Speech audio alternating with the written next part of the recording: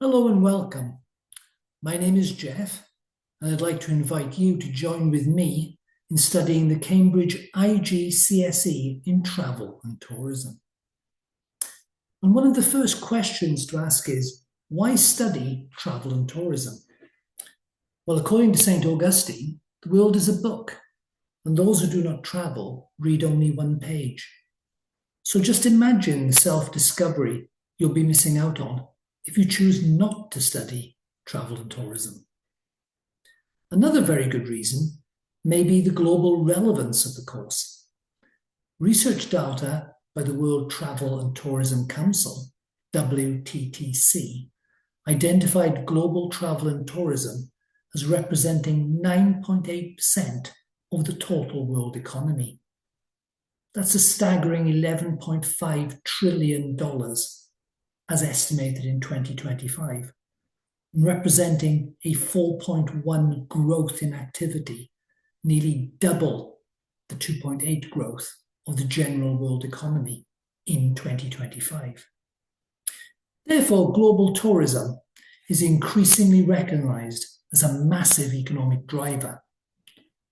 It represents, as I've said, just below 10% of the entire world economy. Roughly 366 million jobs, 1 in 9 worldwide, and the movement of some 1.5 billion people to various destinations as estimated last year in 2025. So studying such a topic will put you at the centre of a thriving industry. So let's look at some key facts relating to the global tourism industry itself. Its economic impact is really substantial. Projections are suggesting it will grow to 16.5 trillion within a decade. That's by 2035. Employment, well, in 2025, travel and tourism constituted 1 in 3 new jobs around the world. Market size and spending. International tourist arrivals reached 1.52 billion again in 2025. The last year we have figures for. International tourism spending alone is estimated at $2 trillion per annum. The key regions experiencing vast interest in terms of tourism is Europe, and also increasingly the Asia-Pacific Rim. Okay? And major drivers for the market growth in tourism, generally speaking, is the growing wealth of middle-class populations and the rising disposable incomes of the developing world as well as the developed world. There's also the element of the expansion of low-cost carriers, and the future outlook for the industry expected to be very, very strong.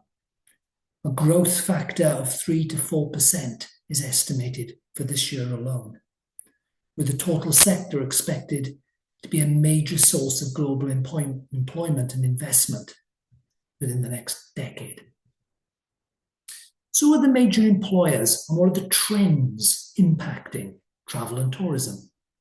Well, some of the big players, some of the major companies are Expedia, Airbnb, and international hotel chains like the Marriott International Group, the St. Regis and Ritz-Carlton, the Four Seasons, the Hilton and Hyatt.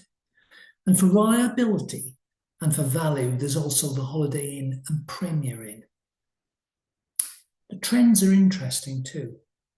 Increasingly, we're seeing trends focusing on sustainability, digital transformation, and offering very personalized and specific experiences, sometimes adventure, sometimes eco-related. The hospitality and hotel sector is a dominant component within this industry, with projected revenue reaching 492 billion by the end of this year. So tourism takes many forms. It is domestic, it is inbound and outbound, it is clearly international, but also includes day trips and short breaks. The nature of travel can be related to leisure activities, business, particularly meetings, incentivized meetings, conventions, and exhibitions. It can also include visiting friends and relatives, special interest, history tours, archaeology events, things of this nature. It can also be medically related, religiously orientated, pilgrimages, etc., adventure, cultural, visits to museums and to places of particular interest, art galleries, things of that nature, sports, the Olympics, championships of football, health, well-being as well is a growth area within this sector. And there's also this notion of ethical and eco-tourism, where sustainability and responsible tourism take a leading role, especially amongst the young and the away. So the components of travel and tourism are really key. And the expectations of the customers is very, very central to the whole industry. What do people expect? Well, they expect to consume products. They expect to use services. And all these products and services need to be supplied to this growing market. So what will we learn undertaking this course? Well, we will work towards an understanding of the nature of travel and tourism generally, and more specifically, globally, nationally, and locally. We look at the positive and negative impacts of travel and tourism and how these can be managed. We'll also take a deep dive into the importance of sustainability and resilience in travel and tourism. We'll become aware of the importance of customer satisfaction and the communication skills and the way we will need to comprehend the different values and attitudes of people in relation to their travel expectations. In the course of your studies, you will acquire practical skills, learn techniques in data interpretation, marketing strategy, and cross-cultural communication.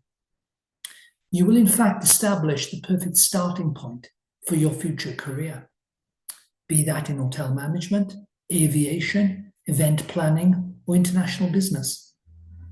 I look forward to joining you on this exploration that will take us from Iceland in the north to New Zealand in the south, and Kamchatka in the east to Vancouver in the west. A journey through and with an industry that offers us not only personal growth and adventure, but also the business skills to work anywhere in the world